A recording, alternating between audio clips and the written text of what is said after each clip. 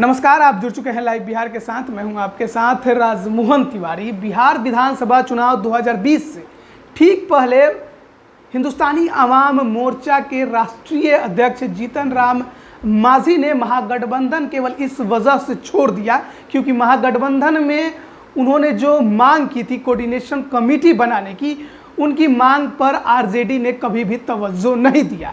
उन्होंने महागठबंधन छोड़कर चुनाव से ठीक पहले एनडीए का दामन थामा, एनडीए की तरफ से चुनाव लड़े और उनकी पार्टी ने 4 सीटों पर जीत भी दर्ज किया। लेकिन हाल का माहौल थोड़ा बदला नजर आ रहा है। एनडीए में सब कुछ ठीक नहीं है और खुद ये बयान उनके यानी हिंदुस्तानी आवाम मोर्चा के प्रवक्ता दानिश रिजवान ने दिया है। दानिश रिजवान ने कहा है कि एनडीए की बिहार में सरकार है और एनडीए की सबसे बड़ी पार्टी है बीजेपी यानी भारतीय जनता पार्टी।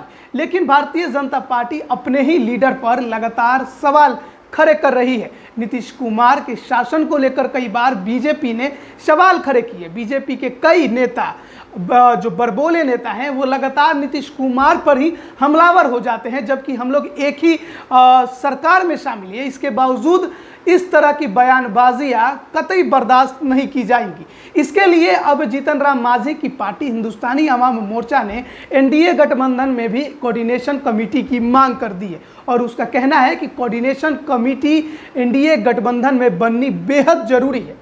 दानिश रिजवान ने कोऑर्डिनेशन कमेटी बनाए जाने के पीछे क्या कारण दिया, किन बीजेपी नेताओं को लेकर उन्होंने बयान दिया, नीतीश कुमार पर वो क्या कहते हैं, ये तमाम बातें उन्होंने हमारे रिपोर्टर अमन से जब बात की तो उन्होंने बताई। क्या कुछ बातें हुई दोनों के बीच में, अमन ने इस पर क्यों एनडीए की गठबंधन पर क्या सवाल पूछे, दानिश रिजवान ने कोऑर्डिनेशन कमेटी पर क्या जवाब दिया, आप इस खास रिपोर्ट में देखिए। देखिए, आप एक तरफ सरकार में बैठे हैं और दूसरी तरफ सरकार के खिलाफ बयानबाजी कर रहे हैं। आज आप बिहार लाइव में काम कर रहे हैं और इन्हीं के चैनल हेड पर सवाल या निशान खड़ा करें तो निस्संदेह या तो आपको संयम बरतना होगा या फिर ऐसी बयानबाजी नहीं करनी होगी। बिहार सरकार में हालात तकरीबन ऐसे ही है। भारतीय जनता पार्टी के नेता सरकार में शामिल भी हैं, उनके लोग मंत्री भी बन बैठे हैं, हर तरह की समितियों के सभापति भी बन बैठे हैं, लेकिन सरकार पर ही सवाल या निशान खड़ा कर रहे हैं, जिससे निसंदेह जनता में भ्रम की स्थिति है कि सरकार का क्या होगा, सरकार रहेगी कि चली जाएगी। इसलिए हिंदुस्तानी आवाम मोर्चा ने तय किया है और इंडिया नेतृत्व से अनुरोध भी किया है कि जल्द ही कोऑर्डिनेशन कमेटी बनाइए, नहीं तो ऐसे बड़बोले नेता जो हैं इनके बयान से सरकार अस्थिर अपने आप को महसूस कर रही है। आपने कोऑर्डिनेशन कमेटी की भी बात कही है, लेकिन आपके जो सहयोगी जो है बीजेपी के लोग, वो सीधे तौर पर नीतीश कुमार पे सवाल खड़ा करते हैं। दलित और मुसलमानों के बीच जो आपसी जो संबंध उससे खराब, स्पष्ट तरीके से इस बात को कहा है कि पूर्णिया की घटना को लेकर के ये जो सवाल उठाया गया था, निसंदेह पूर्णिया में जो घटना घटी वो निंदनीय है, लेकिन उसके उपरांत मुसलमानों ने ही जाकर के दलित भाइयों की मदद करी।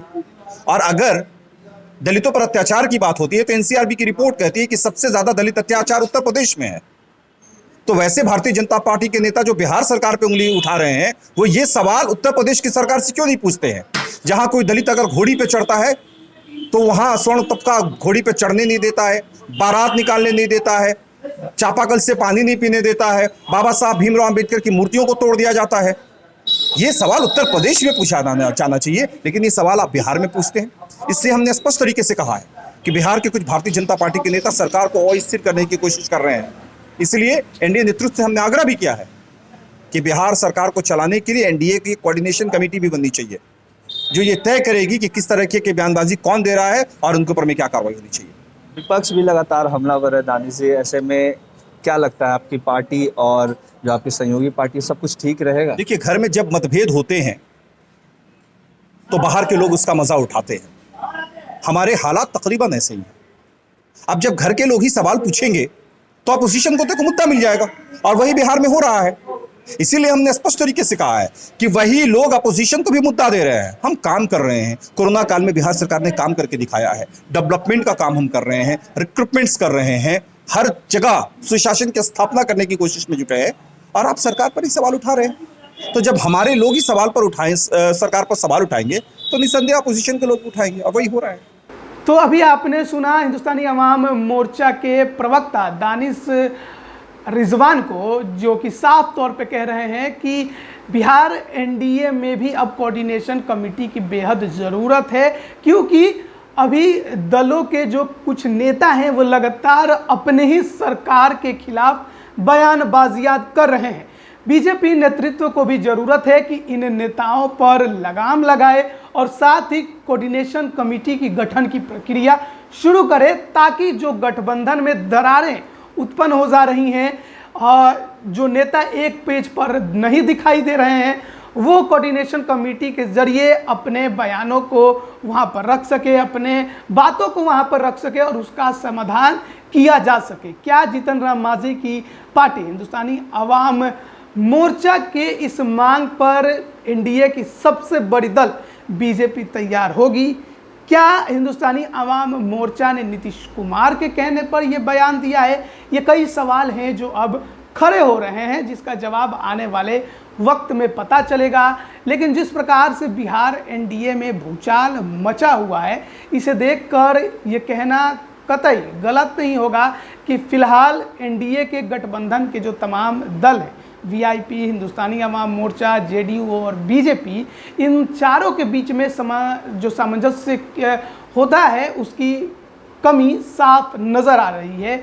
चारों ही दलों के बीच में ऐसा लग रहा है कि बातें जो हैं वो सही से नहीं हो पा रही हैं और इसी वजह से सभी दलों के बीच कोऑर्डिनेशन की साफ कमी दिखाई दे रही है। अब देखते हैं आगे क्या कुछ होता है। क्या हम के जो डिमांड है हमका कोऑर्डिनेशन कमेटी बनाने की, उसे एनडीए गठबंधन में पूरा किया जाता है, या फिर एक बार फिर वही होगा जो जीतन राम मांझी केवल डिमांड करते हैं, उनकी डिमांडें कभी पूरी नहीं होती है। बने रहिए लाइव बिहार के साथ। आपका बहुत बहुत धन्यवाद। लाइव बिहार यूट्यूब पर सब्सक्राइब और फेसबुक पर लाइक जरूर करें।